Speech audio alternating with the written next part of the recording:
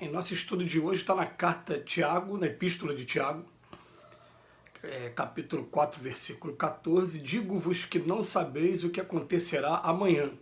Emmanuel comenta na lição 170 do livro Vinho de Luz. Amanhã. Diz o preguiçoso, amanhã farei. Exclama o fraco, amanhã terei forças. Assevera o delinquente, amanhã regenero-me. É imperioso reconhecer, porém, que a criatura, adiando o esforço pessoal, não alcançou ainda, em verdade, a noção real do tempo. Quem não aproveita a bênção do dia vive distante da glória do século. A alma sem coragem de avançar 100 passos não caminhará 20.000. O lavrador que perde a hora de semear não consegue prever as consequências da procrastinação do serviço a que se devota, porque entre uma hora e outra pode surgir impedimentos e lutas de indefinível duração. Muita gente aguarda a morte para entrar numa boa vida, contudo, a lei é clara quanto à destinação de cada um de nós. Alcançaremos sempre os resultados a que nos propomos. Se todas as aves possuem asas, nem todas se ajustam à mesma tarefa, nem planam no mesmo nível.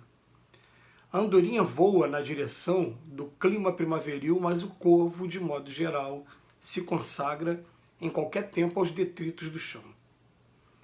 Aquilo que o homem procura agora surpreenderá amanhã, à frente dos olhos e em torno do coração. Cuida, pois, de fazer sem delonga quanto deve ser feito a benefício de tua própria felicidade, porque o amanhã será muito agradável e benéfico somente para aquele que trabalha no bem, que cresce no ideal superior e que aperfeiçoa valorosamente nas abençoadas horas de hoje.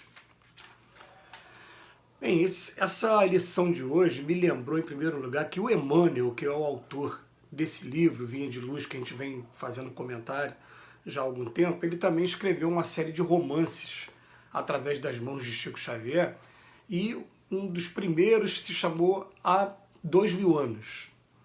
E nesse livro ele comenta que ele foi um senador romano e que teve contato pessoal com Cristo.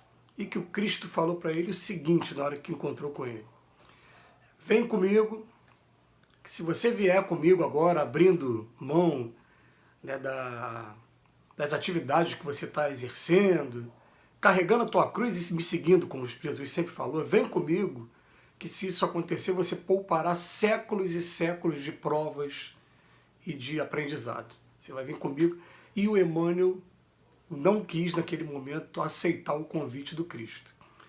Engraçado que ele fala há 2000 anos por conta disso, que foi na época de Cristo. Então nós estamos 2000 anos depois e a gente tem a notícia primeiro através do Chico Xavier, depois confirmado por outros médios, que Emmanuel hoje está encarnado em São Paulo.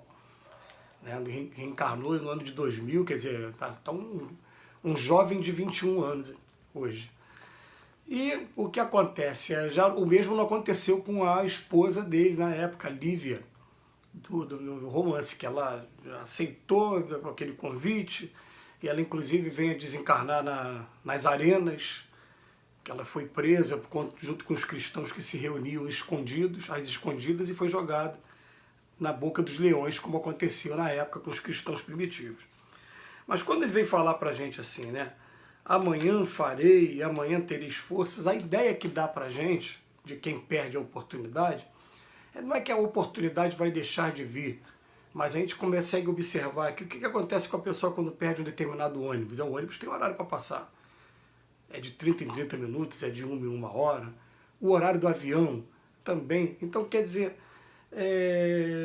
quanto maior a viagem, quanto mais importância a viagem tenha, de repente até o intervalo de tempo entre uma oportunidade e outra acaba sendo mais longo, acaba sendo maior. Né?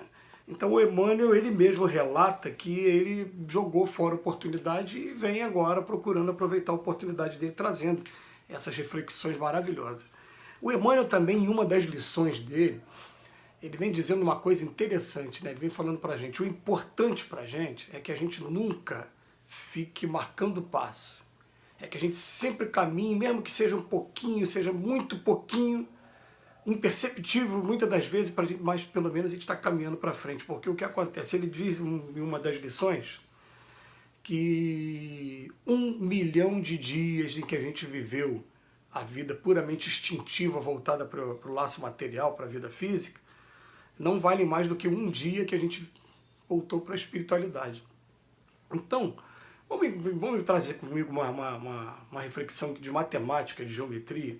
Se eu estou numa reta horizontal, essa reta horizontal significa matéria, e a vertical significa o caminho para o Pai. A pessoa que está vivendo a vida puramente material, ele está aqui, ó, caminhando rente a rente com essa reta da matéria. Quando ele vira para o lado espiritual, ele começa a fazer assim. Se ele vai fazendo assim, mesmo que aos pouquinhos, mas sempre evoluindo um pouquinho, em curto espaço de tempo, ele vai estar numa posição tão destacada, tão, né, mais distante de quem está vivendo na matéria, que vai assustar a gente. Caramba, como é que foi parar lá em cima? Foi parar lá em cima porque ele, em momento nenhum, ele parou de evoluir pelo menos um pouquinho. Então o interessante é que a gente esteja sempre compenetrado dessa realidade, da gente parar assim, eu tenho que me cobrar, estar sendo cada vez melhor a cada dia que passa. Eu tenho que me cobrar ser uma pessoa mais paciente, menos agressiva, não tão rancorosa, não guardar mágoa, aprender a superar essas dificuldades de relacionamento.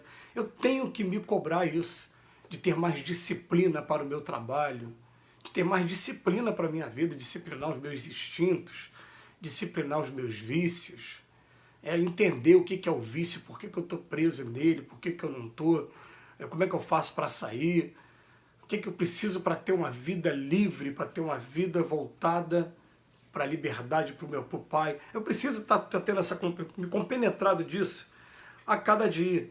Ele bota aqui, ó, todos os pequenos hábitos, todos. Agora, o lavrador que perde a hora de semear não consegue prever as consequências que a procrastinação, né, que é justamente você adiar, né, o serviço a que se devota, porque ó, entre uma hora e outra pode aparecer impedimentos, lutas de indefinível duração, né, e às vezes acontecem coisas, né, são as turbulências que acontecem nessa vida, tanto as turbulências sociais como as turbulências também individuais.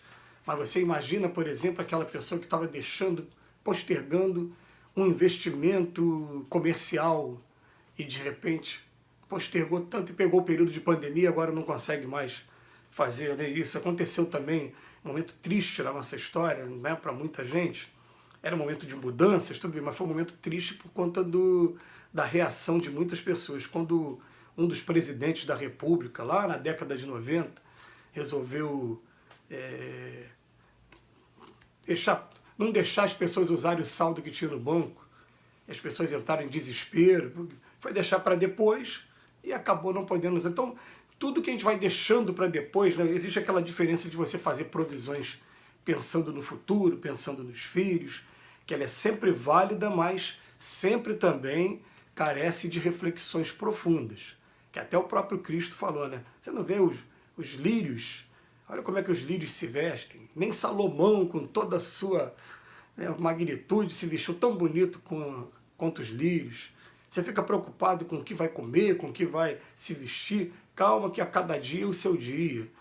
Não é? Então a gente tem que também botar isso no papel, mas ficar deixando para depois, então o que acontece? Ele bota aqui pra gente, ó, cuida depois de fazer sem delonga quanto deve ser feito a benefício da tua própria felicidade, porque amanhã será muito agradável e benéfico somente para aquele que trabalha no bem.